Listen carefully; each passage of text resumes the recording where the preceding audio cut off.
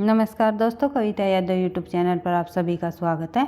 संपूर्ण हिंदी विषय की तैयारी को आगे बढ़ाते हुए आज की क्लास में हम करेंगे एनटीए नेट से संबंधित पिछले सालों के प्रश्न पत्र, जो कि 2004 के प्रश्न पत्र से लेकर हमने शुरुआत की थी। 2011 तक हम कर चुके हैं, 2011 के तक हम कर चुके हैं और आज की क्लास में हम करेंगे 2012 के प्रश्न पत्र। देख लेते हैं, शुरुआत करते हैं। प्रश्न नंबर 1, पहुचरिम जो रचना है वो किसकी है? तो पहुचरिम जो रचना है अपभ्रंश के प्रमुख कवि रहे हैं स्वयंभू जी की है। गोस्वामी तुलसीदास की रचना कवितावली किस भाषा की रचना है? तो गोस्वामी तुलसीदास की जो रचना है कवितावली वो ब्रज भाषा से संबंधित रचना है। गोस्वामी तुलसीदास की कुछ रचनाएं ब्रज भाषा की है तो कुछ अवधी भाषा की रचनाएं है, जैसे कि रामचरितमानस उनकी अवधी भाषा की रचना है। और एक ट्रिक मैं आप लोगों को बता देती हूँ, जहाँ भी गोस्वामी तुलसीदास की रचनाओं में वली शब्द आए वे सभी ब्रजभाषा की रचनाएं होगी। और जो वै नाम से लिखी इन्होंने जो रचना है, जैसे कि विनय पत्रिका, ये भी ब्रजभाषा से संबंधित होगी। वै नाम से जितनी भी रचनाएं हैं या फिर वली शब्द आ जाए रचना के बाद पीछे, जैसे कवितावली, गीतावली, विनय पत्रिका, ये सभी जो रचनाएं हैं ये इनकी ब्रजभाषा की ही होगी। इनकी रचनाओं की भाषाएं पूछ ले जाते हैं परीक्षा में कई बार।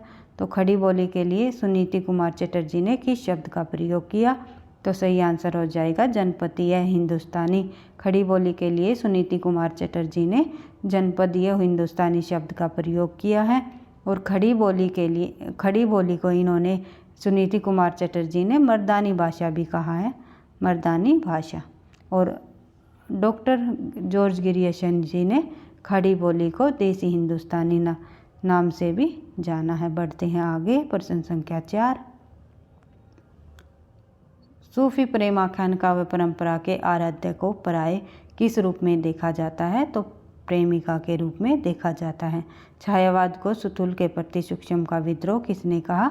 डॉक्टर नगेंद्र ने। निम्नलिखित में से कौन मिश्र बंधुओं में शामिल नहीं है? कृष्ण बिहारी मिश्र बंधुओं में शामिल नहीं है। श्याम बिहारी, गणेश बिहारी, सुखदेव बिहारी, तीनों के तीनों मिश्र बंधुओं में शामिल है।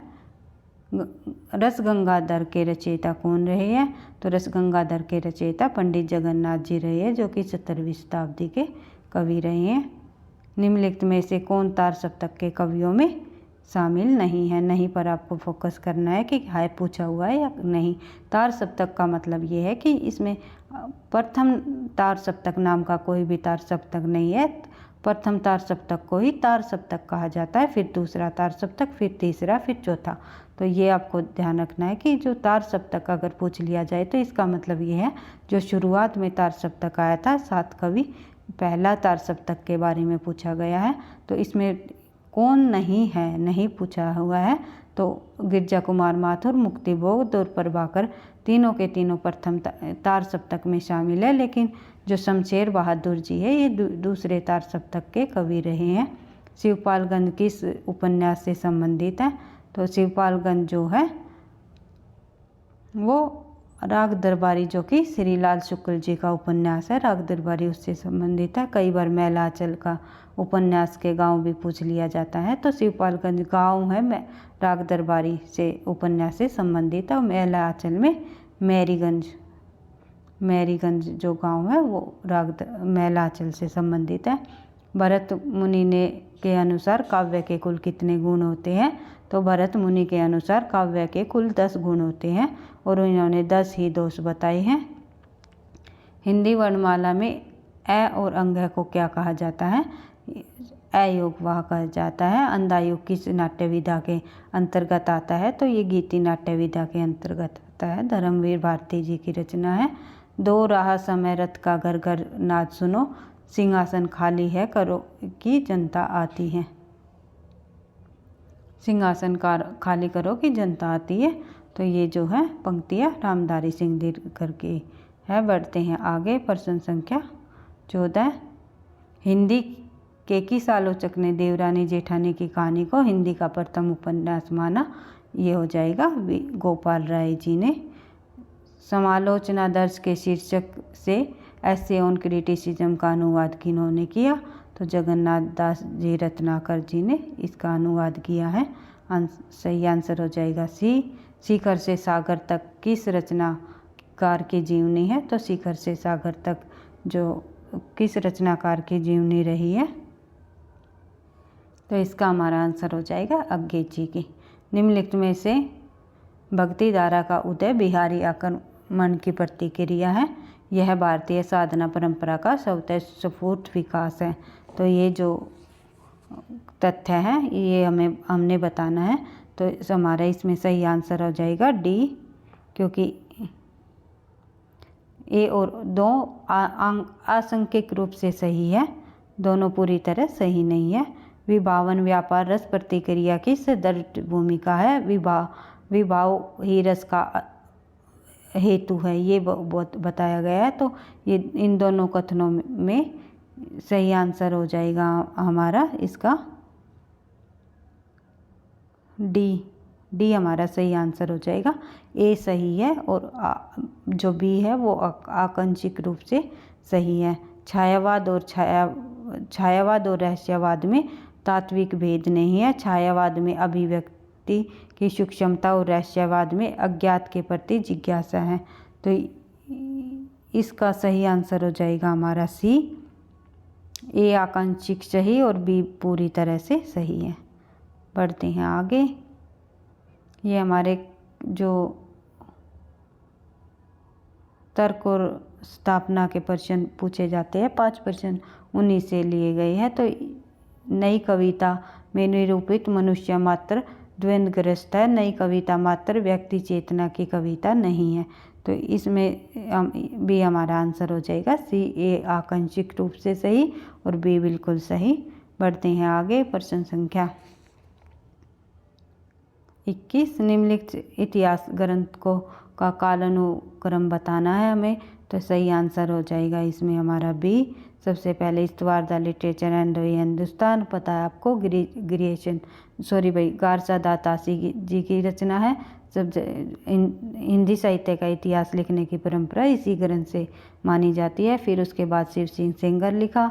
फिर modern vernacular literature of Hindustan जो कि ग्रिएशन जी ने लिखा। फिर उसके बाद मिस्टर बंधुओं ने मिस्टर बंधु विनोद।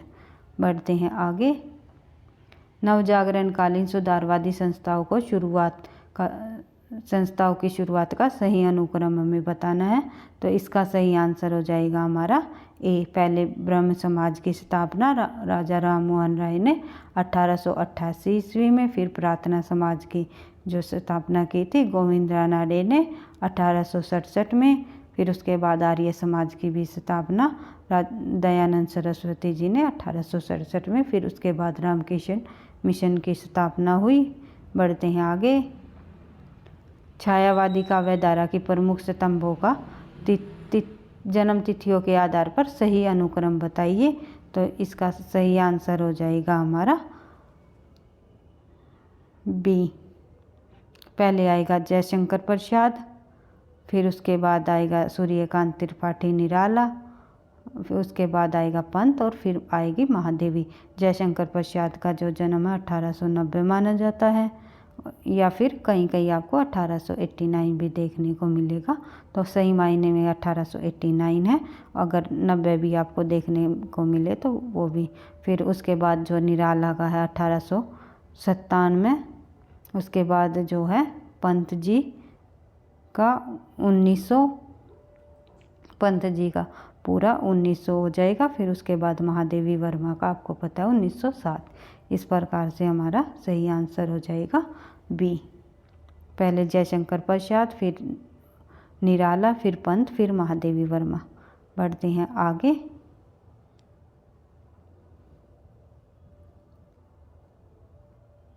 प्रश्न संख्या 24।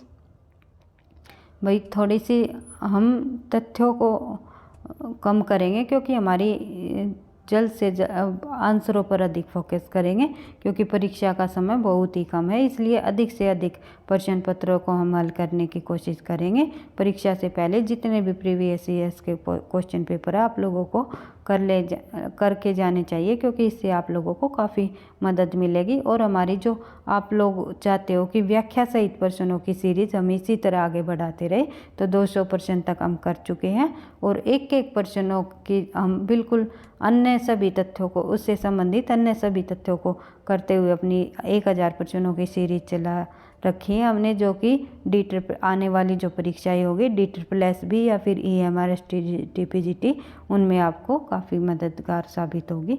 उस सीरीज को भी हम आगे बढ़ाते रहेंगे। तो देख लेते हैं प्रश्न संख्या 24। प्रकाशन काल की दृष्टि से निम्नलिखित काव्य कीर्तियों का सही अनुक्रम बताना है हमें। तो प्रकाशन काल की दृष्टि से निम्नलिखित कीर्तियों का जो सही अनुक्रम हो जाएगा डी हो जाएगा। युगवाणी, कुकुरमुत्ता, हरिघास पर क्षण भर और गीत फरोश। बढ़ते आगे, निराला के उपन्यासों का प्रकाशन की दृष्टि से सही अनुक्रम बताना है। तो निराला के जो उपन्यास है उसका हमारा सही आंसर हो जाएगा हमारा अप्सरा, अलका, निरुपमा, प्रभावती। आधुनिक हिंदी कविता के प्रमुख आंदोलनों का सही अनुक्रम बताना है। तो इसका हमारा सही आंसर हो जाएगा 1। आप लोगों को पता ही है, सबसे पहले आया प्रगतिवाद, फिर प्रयोगवाद, फिर नई कविता, फिर अकविता। भारतीय काव्य शास्त्र के प्रमुख काव्य शास्त्रियों का सही अनुक्रम बताना है। तो इसका भी हमारा सही आंसर हो जाएगा बी, क्योंकि भरत मुनि जो कि 3री शताब्दी के कवि रहे हैं, फिर उसके बाद आनंदवर्धन जो है 9वीं 10वीं के शताब्दी के रहे हैं, फिर विश्वनाथ जी 14वीं शताब्दी के रहे हैं, फिर जगन्नाथ जो 17वीं शताब्दी के कवि रहे हैं। बढ़ते हैं आगे,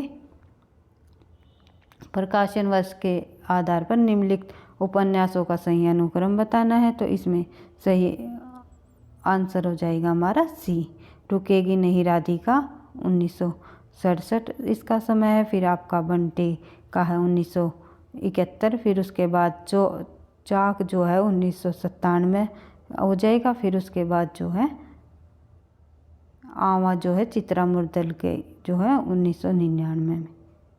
इसी प्रकार हमारा आंसर हो जाएगा सी। बढ़ते हैं आगे,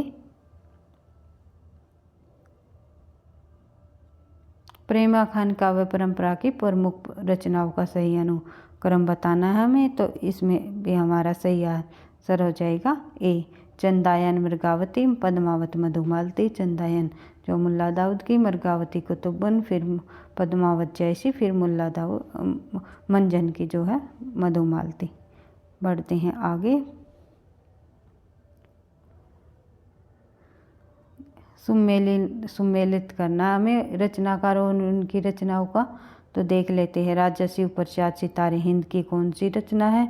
तो इसका जो हमारा है सही आंसर इसमें हमारा हो जाएगा सी, क्योंकि ये जो रचना शिव प्रसाद सितारे हिंद की जो है भूगोल हस्तामूलक जो है इनकी रचना है। फिर उसके बाद लक्ष्मी सागर की जो रचना है फोर्ट विलियम कॉलेज, लक्ष्मी सागर वाणसे की। फिर मिश्र बंधु जो है वो ये है हिंदी नवरत्न के लेखक। और रामविलास शर्मा की जो है भाषा और भारतीय संस्कृति और हिंदी प्रदेश जो है रामविलास शर्मा जी की रचना है। बढ़ते हैं आगे, निम्नलिखित रचनाकारों और उनकी रचनाओं के साथ सुमेलित करना है। यहाँ पर भी हमें देख लेना है। तो इसमें हमारा सही आंसर हो जाएगा ए, जो ज्योतिश्वर ठाकुर की जो रचना है वर्ण रत्नाकर। दामोदर ठाकुर की रचना है उक्ति व्यक्ति प्रकरण। नरपति नाला जी की रचना है विसल देवरासो। रोड कवि की जो रचना है वो है राउलवेल। निम्नलिखित कवियों को उनकी रचनाओं के साथ सुमेलित करना है। इसमें भी हमें रचनाओं के साथ सुमेलित करना है। तो इसमें हमारा सही आंसर हो जाएगा डी, पंत जी की जो है वो ग्राम्य। घनानंद जी की रचना जो है स्खलता। केशव की जो रचना है वो कवि प्रिय। और कुतुबन की रचना है मृगावती। बढ़ते हैं आगे, निम्नलिखित कवियों और उनकी रचनाओं के साथ सुमेलित करना है। तो रघुवीर शाही जी की जो रचना है वो देखनी है हमें। तो सही आंसर हो जाएगा हमारा ए, रघुवीर साई की जो रचना है आत्महत्या के विरुद्ध। श्रीकांत की रचना है माया दर्पण।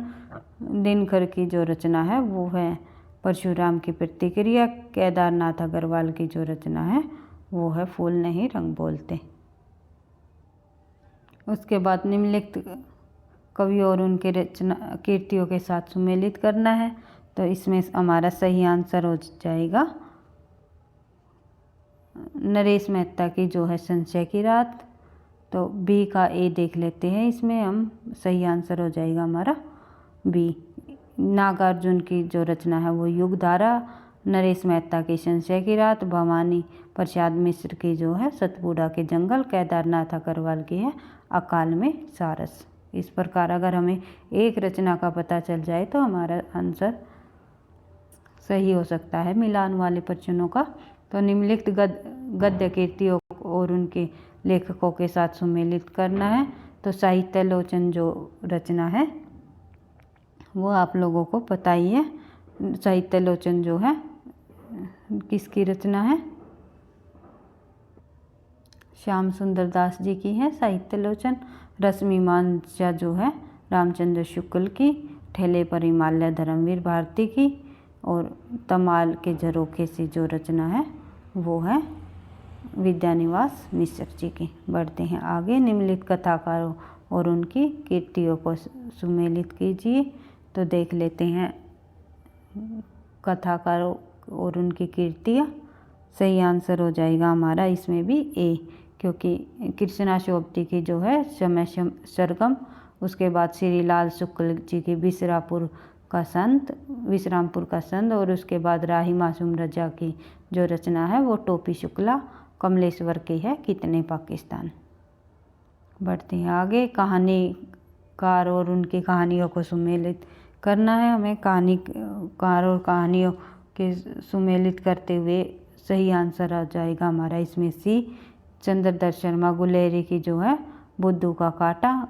रामचंद्र शुक्ल की जो है 11 वर्ष का समय। यशपाल की जो है पर्दा। और अमरकांत की जो कहानी है वो है दोपहर का भोजन। बढ़ते हैं आगे। प्रश्न संख्या 38। निम्नलिखित कहानीकारों और उनकी कहानियों के साथ सुमेलित करना है इसमें भी। तो इसमें हमारा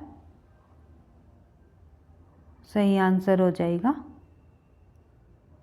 एक सेकंड भाई, कर चुके ये नहीं, अब नहीं किया है ये प्रश्न हमारा। इसमें हमारा सही आंसर हो जाएगा सी, जो कि निर्मल वर्मा की जो कहानी है वो है लंदन की रात। मार्कंडे की जो है हंसा जाई अकेला। और शिव मूर्ति की कहानी जो है कसाई बाड़ा। और शेखर जोशी की जो है कोसी का घटवार। पढ़ते हैं आगे। निम्नलिखित पंक्तियों के साथ कवियों का सुमेलन करना है हमें। जो ये पंक्तियाँ दी गई हैं उनको किस कवि की पंक्ति है। ये सभी के सभी कवि जो है रीतिकालीन कवि रहे हैं। जो निहारे नैन हवे नैनी, जो ये पंक्ति है वो है मतीराम जी की। ऊंचे गौर मंदिर के अंदर, ये जो पंक्ति है ये है भूषण जी की। नैन नचाई कहो मुस्काई, ये जो है पद्माकर की प्रसिद्ध पंक्ति है, कई बार परीक्षा में पूछी गई है। रावे रूप की रीति अनूप, जो ये है घनानंद जी की पंक्ति है, आप लोगों को देख लेना है। बढ़ते हैं प्रश्न संख्या। उसके बाद भाई स्थापना और ये एक पैराग्राफ है, इनको आप स्वयं से करके पढ़ के पैराग्राफ को आप कर सकते हो। अब बढ़ते हैं प्रश्न पत्र दूसरा। इसके बाद कर लेते हैं 2012 का ही प्रश्न पत्र, जो कि दिसंबर माह में पूछा गया था। जून 2012 का हम कर चुके हैं और दिसंबर 2012 का अभी और कर लेते हैं, क्योंकि एक साथ हम 2 प्रश्नों को करते करते अपनी क्लासेस को करेंगे तो अधिक से अधिक प्रश्न पत्रों को हम कर पाएंगे। सरहप्पा का संबंध निम्न में से किससे है? तो सरहप्पा का संबंध जो है सिद्धों से है। उसके बाद निम्नलिखित में से कौन सा अष्टछाप के कवि नहीं है? नहीं पर आपको ध्यान रखना है। तो कई बार मैं आपको बता चुकी हूँ, जहाँ पर भी प्रश्न में नहीं आया तो आपको बिल्कुल ध्यान से प्रश्न पत्र को पढ़ना है। तो सुंदरदास जी हो अष्टछाप के कवियों में नहीं शामिल नहीं है। सूरदास, कुंभन दास, परमानंद दास, नरदास, कृष्ण स्वामी, छीत स्वामी, चतुर्भुज दास आदि जो ये है अष्टछाप के कवियों में शामिल है। बिहारी किस काव्यधारा के कवि रहे हैं? रीति सिद्ध काव्यधारा के कवि रहे हैं बिहारी। प्रेमचंद किस प्रवृत्ति के उपन्यासकार रहे हैं? आदर्श उन्मुख यथार्थवादी। पहले वे आदर्शवादी रचनाएं लिखते थे, फिर वे बाद में यथार्थवादी रचनाएं लिखने लगे। उसके बाद अमृतलाल नागर के जीवनी परक उपन्यास खंजर नैन किसके जीवन का चित्रण इसमें किया गया है? तो खंजर नैन में सूरदास के जीवन का चित्रण इन्होंने किया है। और मानस का हंस जो है उसमें तुलसीदास के जीवन चित्रित किया है इन्होंने, अमृतलाल नागर ने ही। और अंग्रेजी स्वच्छंदतावादी काव्य का प्रभाव हिंदी के किस काव्यधारा पर दिखाई पड़ता है? तो इसका सही आंसर हो जाएगा हमारा छायावादी काव्य पर हमें दिखाई पड़ता है अंग्रेजी स्वच्छंदतावादी काव्य का प्रभाव। दुख ही जीवन की कथा रही, क्या कहूँ जो आज नहीं कही, जो ये है पंक्ति स्रोत स्मृति से निराला जी द्वारा रचित पंक्ति है। बढ़ते हैं आगे। रस आखेट के रचनाकार जो है वो कौन है? वो कुबेरनाथ राय जी रहे हैं। बढ़ते हैं प्रश्न संख्या 9। निम्नलिखित में से कौन सी हरिशंकर परशाई की रचना नहीं है? फिर नहीं आया है तो नहीं पर बिल्कुल आपको ध्यान रखना है। तो जीप पर सवार झिलिया जो है हरिशंकर परशाई की रचना नहीं है। विकलांग सरता का दौर, ठिठुरता हुआ गणतंत्र, प्रेमचंद के फटे जूते, तीनों की तीनों रचनाएं हरिशंकर परशाई जी की हैं। एक बूंद सहसा उछली किस विधा की रचना है? तो ये जो किस विधा की रचना है ये एक यात्रा वृत्तांत है। आलोचक के मुख से किस आलोचक की व्याख्यानों का संकलन किया है? तो सही आंसर इसमें हो जाएगा हमारा नामवर सिंह का। समय देवता किस कवि की कविता है? तो जो समय देवता जो है वो नरेश मेहता की कविता है। बढ़ते हैं आगे। ऑफ ग्रामेटोलॉजी के लेखक कौन है? ऑफ ग्रामेटोलॉजी के जो लेखक रहे हैं ये रहे हैं जॉर्ज डेरिडा। निम्नलिखित में से कौन मार्क्सवादी आलोचक की नहीं है? इनमें मार्क्सवादी आलोचक की नहीं है ये पूछा हुआ है, तो रामस्वरूप चतुर्वेदी जी मार्क्सवादी आलोचक नहीं है। शिवदान सिंह चौहान, शिव कुमार मिश्र और प्रकाश चंद्र गुप्त तीनों के तीनों मार्क्सवादी आलोचक रहे हैं। बढ़ते हैं आगे। मेरे राम का मुकुट भीग रहा है जो ये रचना है ये विद्यानिवास मिश्र जी की रचना है। निम्नलिखित में से कौन सी आलोचना कीर्ति विजय देव नारायण शाही की है? तो विजय देव नारायण शाही की जो कौन सी आलोचना कीर्ति है इसमें? ये हो जाएगी जयसी जो है विजय देव नारायण शाही की एक आलोचनात्मक कीर्ति रही है। खड़ी बोली के विकास में फोर्ट विलियम कॉलेज का विशिष्ट योगदान है क्योंकि अंग्रेजों ने खड़ी बोली के विकास को प्रमुखता दी है। खड़ी बोली के प्रशिक्षण से विविध साहित्य विधाओं में सर्जन हुआ है या खड़ी बोली में साहित्य लेखन युग की आवश्यकता थी? इनमें हमें बताना है, तो इसमें हमारा सही आंसर हो जाएगा ए, क्योंकि अंग्रेजों ने खड़ी बोली के विकास को प्राथमिकता दी, ये बिल्कुल सही है। और सी भी हमारा सही है, खड़ी बोली में साहित्यिक लेखन युग की आवश्यकता थी, तो बिल्कुल थी। और बी हो जाएगा हमारा गलत, खड़ी बोली के प्रशिक्षण से विविध साहित्यिक विधाओं में सर्जन हुआ, ये हमारा गलत हो जाएगा। बढ़ते हैं आगे। ब्रज भाषा में गीतात्मक स्वाभाविक रूप से आ जाती है। ब्रजभाषा में पुरुष वर्णों का अभाव है, तो इसमें जो हमारा आंसर हो जाएगा, ये दोनों के दोनों कथन बता रखे हैं, तो दोनों के दोनों जो कथन है ये बिल्कुल सही हो जाएगी। सॉरी भाई, ए और बी दोनों, इसमें ए आकांक्षिक रूप से सही हो जाएगा, बी आंसर हो जाएगा हमारा ए आकांक्षिक रूप से सही। ब्रजभाषा में गीतात्मकता स्वाभाविक रूप से आ जाती है, सही है, लेकिन पूरी तरह ये सही नहीं है।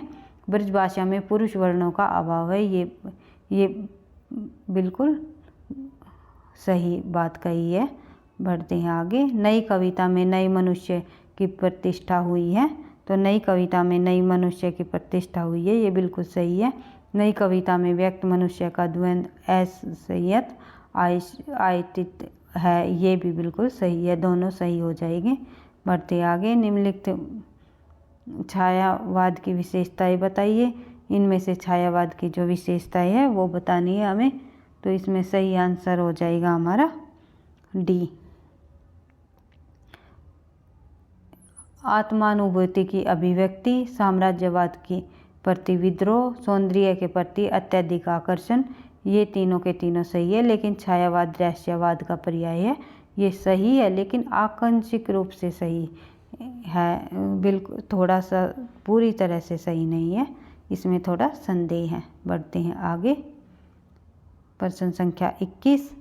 इतिहास ग्रंथकारों का काल अनुक्रम बताना है हमें, तो इसमें हमारा सही आंसर हो जाएगा डी। मिस्टर बंधु विनोद आएगा, फिर हिंदी साहित्य का इतिहास जो कि रामचंद्र शुक्ल का, फिर हिंदी साहित्य की भूमिका हजारी प्रसाद की, और हिंदी साहित्य का आलोचनात्मक इतिहास। बढ़ते हैं आगे।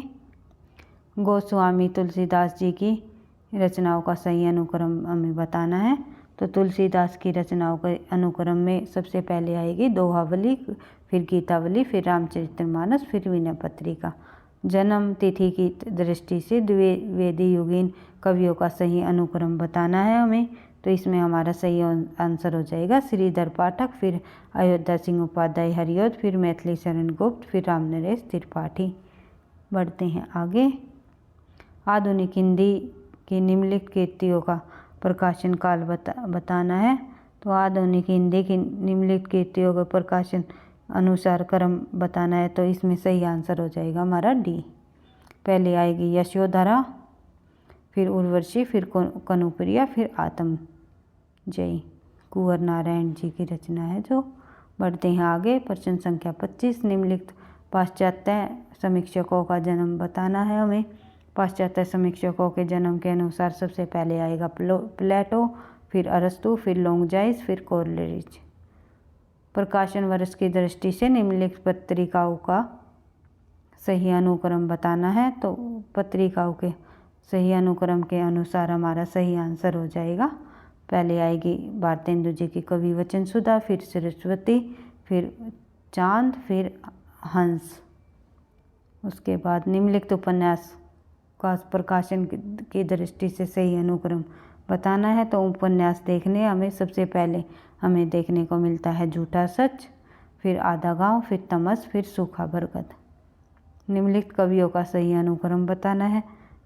कवियों के सही अनुक्रम के अनुसार हम देखेंगे तो सबसे पहले आएगा हमारा इसमें केशव दास जी, जो कि भक्तिकालीन परंपरा के कवि भी रहे हैं। फिर रीतिकाल के में आए चिंतामणि।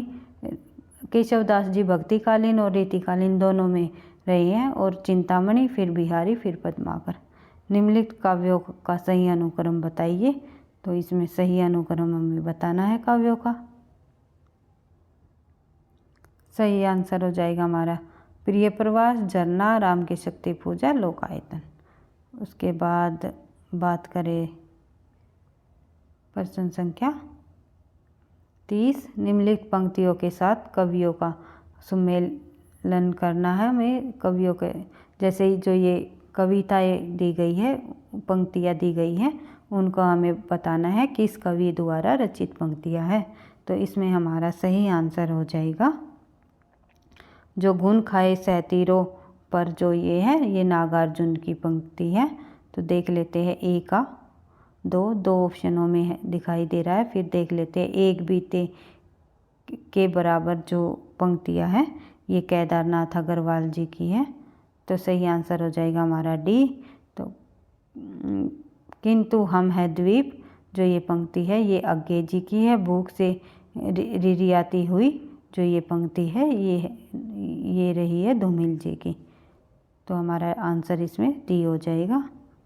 बढ़ते हैं आगे। निम्नलिखित संपादकों को उनकी पत्रिकाओं के साथ सम्मेलन करना है। तो कवि वचन सुधा आप लोगों को पता ही है भारतेंदु जी की है। तो 3 का ए देख लेते हैं हम। 3 का ए यानी कि सी का ए, सी का ए 2 ऑप्शनों में है। फिर और देख लेते हैं राजा लक्ष्मण सिंह की जो पत्रिका है वो कौन सी है। तो राजा लक्ष्मण सिंह की जो है वो है प्रजा हितैषी, ए का 4। तो ए का 4 किस में दिखाई दे रहा है हमें, एक सेकंड भाई, सॉरी भाई, श्याम सुंदर सेन की जो है समाचार सुधा वर्षन है। प्रजा हितैषी तो लक्ष्मण सिंह की है, ये आप लोगों को ध्यान रखना है। थोड़ा सा कन्फ्यूजन हो गया तो इसलिए सही आंसर हो जाएगा इसमें ए का हो जाएगा 2, बी का हो जाएगा 4 प्रजा हितैषी लक्ष्मण सिंह भारतेंदु जी की है। कवि वचन बद्रीनारायण चौधरी प्रेमगन की तो आप लोगों को पता है, बार बार आप लोग कर चुके हैं। राजा लक्ष्मण सिंह की और बद्रीनारायण चौधरी प्रेमगन की बार बार परीक्षा में आती है तो कंफ्यूज नहीं होना है। तो बद्रीनारायण चौधरी प्रेम की है समाचार सुधा वर्षन। बढ़ते हैं आगे। निम्नलिखित पत्रिकाओं को उनके प्रकाशन के वर्ष के अनुसार सम्मिलित कीजिए। पत्रिकाएं दे रखी है तो इनका प्रकाशन वर्ष दे रखा है तो हमें सम्मिलित करना है। तो देख लेते हैं, इसमें हमारा सही आंसर हो जाएगा डी, सारसुधा निधि जो जिसका सन है 1879।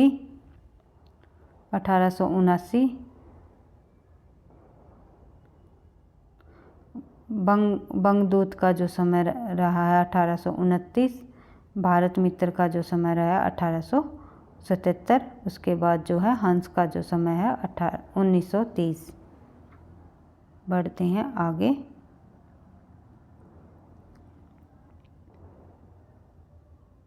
निम्नलिखित आलोचनात्मक कृतियों को उनके लेखकों के साथ सम्मिलित करना है। तो जो आलोचनात्मक कृतियाँ हैं उसमें देखनी है हमें, तो हमारा सही आंसर हो जाएगा इसमें ए, दूसरी परंपरा की खोज जो है नामवर सिंह की। नए साहित्य का सौंदर्य शास्त्र जो रचना है ये गजानन मुक्तिबोध की है। हिंदी साहित्य का आदिकाल जो रचना है वो आप लोगों को पता ही है, हजारी प्रसाद की है। नया साहित्य नए प्रचन जो है वो नए साहित्य नए प्रचन जो है नंदुलारे वाजपेयी जी की रचना है। बढ़ते हैं आगे। निम्नलिखित कथनों को उनके लेखकों के साथ सम्मिलित कीजिए। कथन दे रखे हैं, उनके लेखकों के साथ सम्मिलित करना है। तो इसका सही आंसर हो जाएगा हमारा बी, क्योंकि करुणा दुखात्मक वर्ग में आने वाला मनोविकार है। ये जो कथन है ये रामचंद्र शुक्ल जी का है। मनुष्य की श्रेष्ठ साधनाएं ही संस्कृति है, ये कथन है हजारी प्रसाद द्विवेदी का। छायावाद सुतुल के प्रति सूक्ष्म का विद्रोह हमने पहले भी पढ़ा था, ये डॉक्टर नगेंद्र जी का है। भक्ति आंदोलन एक जातीय और जनवादी आंदोलन है, ये जो कथन है ये रामविलास शर्मा जी का है, इसलिए हमारा सही आंसर हो जाएगा बी। इसके बाद देख लेते हैं प्रश्न संख्या 35। निम्नलिखित कृतियों को उनकी विधाओं के साथ सम्मिलित करना है। तो कृतियों को उनकी विधाओं के साथ सम्मिलित करते हुए हमें सही आंसर के अनुसार हम देख लेते हैं, तो हमारा सही आंसर हो जाएगा डी, लहरों का राजहंस मोहन राकेश का एक नाटक है। आधा गाँव जो है वो एक उपन्यास है। उसके बाद तुम चंदन हम पानी जो है विद्यानिवास मिश्र की ये एक निबंध है। और मुर्दैया जो है ये एक आत्मकथा है, तुलसीराम जी की है। बढ़ते हैं आगे। निम्नलिखित उपन्यासों को उनके पात्रों के साथ सम्मिलित कीजिए। तो पात्रों के साथ हमें सम्मिलित करने हैं, तो देख लेते हैं। सही आंसर हो जाएगा इसका हमारा ए, क्योंकि गबन जो है वो जलपा जो पात्र है वो गबन में है। नदी के द्वीप का जो पात्र होगा वो भुवन, रेखा और भुवन जो है नदी के द्वीप के दो पात्र हैं। मैला आंचल जो है उसमें आ जाएगा डॉक्टर प्रशांत। फिर बाण भट्ट की आत्मकथा में आ जाएगा निपुणिया, ये जो बार बार पूछा गया है, निपुणिया किस उपन्यास का पात्र है। बढ़ते हैं आगे। निम्नलिखित पात्रों के नाटकों के साथ सुमेलित कीजिए। इसमें भी पात्र दिए गए हैं और नाटक दिए गए हैं, उसके साथ हमें मिलान करना है। तो हमारा सही आंसर हो जाएगा इसमें सी। सिंहन जो है चंद्रगुप्त का, युयुत्सु जो है अंधा युग का पात्र रहा है, जुनेजा जो है आधे अधूरे का पात्र रहा है, और दक्ष जो है वो है एक कंठ विस्मयी का। बढ़ते हैं आगे। निम्नलिखित आचार्यों और उनके सिद्धांतों के साथ सुमेलित करने हैं। जो अगर बार बार इसी प्रकार के प्रश्नों को करोगे तो आपको अच्छी तरह याद हो जाएंगे, परीक्षा में आप कन्फ्यूजन में नहीं रहोगे, क्योंकि ये जो सिद्धांत है, ये काव्य शास्त्र के ये जो 4 रस के व्याख्याता है, ये बार बार हर परीक्षा में प्रश्न पूछा जाता है। इससे संबंधित 1 या 2 तो आप लोग अगर बार बार प्रश्न उत्तरों के माध्यम से बार बार प्रश्नों को करेंगे तो आपको परीक्षा में अधिक लाभ मिलेगा। तो देख लेते हैं। बटलोलट जो है, बटलोलट का जो सिद्धांत रहा है आप लोगों को पता ही है। बटलोलट का जो सिद्धांत है वो है आरोपवाद। उसके बाद सही आंसर हो जाएगा हमारा ए। शंकुक का जो है अनुमितिवाद और अभिव्यक्तिवाद जो है वो अभिनव गुप्त का। पटनायक का जो है वो हो जाएगा भुक्तिवाद। इस प्रकार से आप सभी सिद्धांत और उसके विद्वानों को देख सकते हो, आचार्यों को देख सकते हो। निम्नलिखित आचार्यों को उनके कालखंड के साथ सुमेलित कीजिए। उनके कालखंड के अनुसार हमें सुमेलित करने हैं। देख लेते हैं। भामा की जो समय सीमा रही है वो है 6ठी शताब्दी। भामा 6ठी शताब्दी सही आंसर हो जाएगा हमारा बी। क्षेमेंद्र की जो है वो 11वीं शताब्दी। फिर विश्वनाथ की जो है वो 14वीं शताब्दी। जगन्नाथ की हम बार बार कर चुके हैं 17वीं शताब्दी। बढ़ते हैं आगे। इसके बाद वही स्थापना और पैराग्राफ से प्रश्न है, ये आप स्वयं कर सकते हो देख करके। तो वीडियो अधिक लंबी हो जाएगी, इसलिए हम आगे और 2-3 प्रश्न पत्रों को 2-2 प्रश्न पत्र करते हुए अपनी तैयारी को इसी तरह परीक्षा तक आगे बढ़ाएंगे। परीक्षा तो हम जितने भी एनटीए नेट के पिछले सालों के प्रश्न पत्र है हम करने की पूरी कोशिश करेंगे। तो वीडियो अच्छी लगी तो लाइक करना, दोस्तों के साथ शेयर करना, चैनल पर पहली बार हो तो सब्सक्राइब कर लेना। इसी तरह हमारी संपूर्ण हिंदी से संबंधित 1 या 2 क्लास हर रोज़ आती रहेगी, और फिर हम डिटेल वाइज धीरे धीरे व्याख्या सहित प्रश्नों को भी करते हुए अपनी तैयारी को आगे EMRS या DTET+ या फिर आगे भविष्य में होने वाली एनटीए नेट की परीक्षा की भी तैयारी हर रोज़ क्लास के साथ करते हुए आगे बढ़ते रहेंगे। वीडियो पसंद आए लाइक करना, दोस्तों के साथ शेयर करना, चैनल पर पहली बार हो तो सब्सक्राइब कर लेना। पढ़ते रहना, आगे बढ़ते रहना। थैंक यू, धन्यवाद।